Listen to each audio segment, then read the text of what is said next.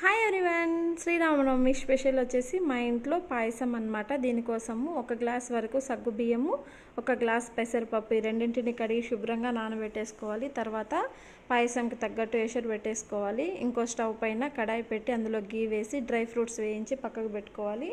తర్వాత అదే గీలో కొద్దిగా సేమియా వేసుకొని వేయించేసుకొని బాగా పక్కకు పెట్టేసుకోవాలి. పాలు ఒక పొంగు వచ్చే వరకు కాగబెట్టి పక్కకు పెట్టేసుకోవాలి. ఈలోపు ఎసరు మరిగిపోయింది కదా, ఇందులో మనము సగ్గు బియ్యము పెసరపప్పు నానబెట్టింది ఇందులో వేసేసి ఉడికించుకోవాలి. ఉడికిన తర్వాత సేమియా కూడా వేసి ఉడికించేసుకోవాలి. ఈ రెండు ఉడికేటప్పుడే డ్రై ఫ్రూట్స్ వేసేసుకోవాలి.